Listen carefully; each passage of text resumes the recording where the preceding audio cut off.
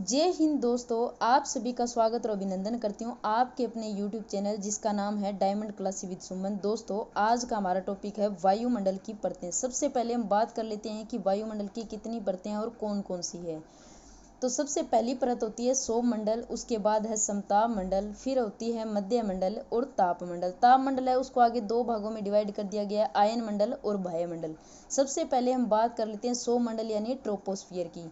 सौरमंडल वायुमंडल की सबसे निचली परत है, यानी पृथ्वी के जो सबसे नजदीक परत है वो है सौरमंडल। सौरमंडल की ऊंचाई पृथ्वी सतह से लगभग 18 किलोमीटर तक होती है।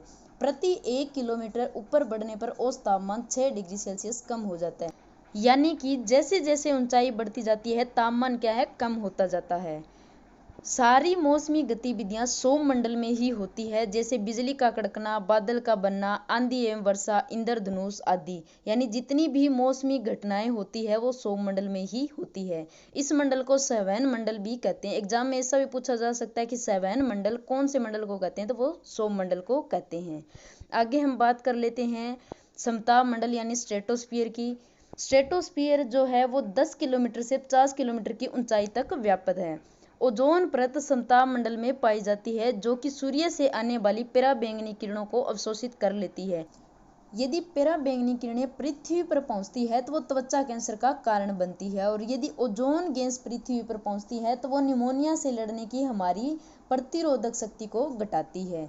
ओजोन परत की मोटाई नापने में डाब्सन इकाई का प्रयोग किया जाता है, और ओजोन परत क्षय का जो मुख्य कारण है वो है क्लोरोफ्लोरोकार्बन।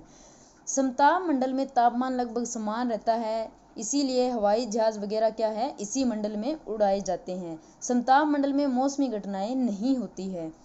आगे बात कर लेते हैं मध्य मंडल की। मध्य मंडल वायुमंडल की तीसरी परत है। इसका विस्तार 50 किलोमीटर से 80 किलोमीटर तक माना गया है। अंतरिक्ष से आने वाले उल्कापिंड इस मंडल में आकर जलकर समाप्त हो जाते हैं और पृथ्वी पर नहीं पहुंच पाते हैं। आगे बात करें हम आयन मंडल की। आयन मंडल में ही रेडियो तरंगें परावर्तित होती है और संचार उपग्रह यानी कि कम्युनिकेशन सैटेलाइट इसी मंडल में स्थापित किए जाते हैं। अब बात कर लेते हैं बाह्य मंडल की।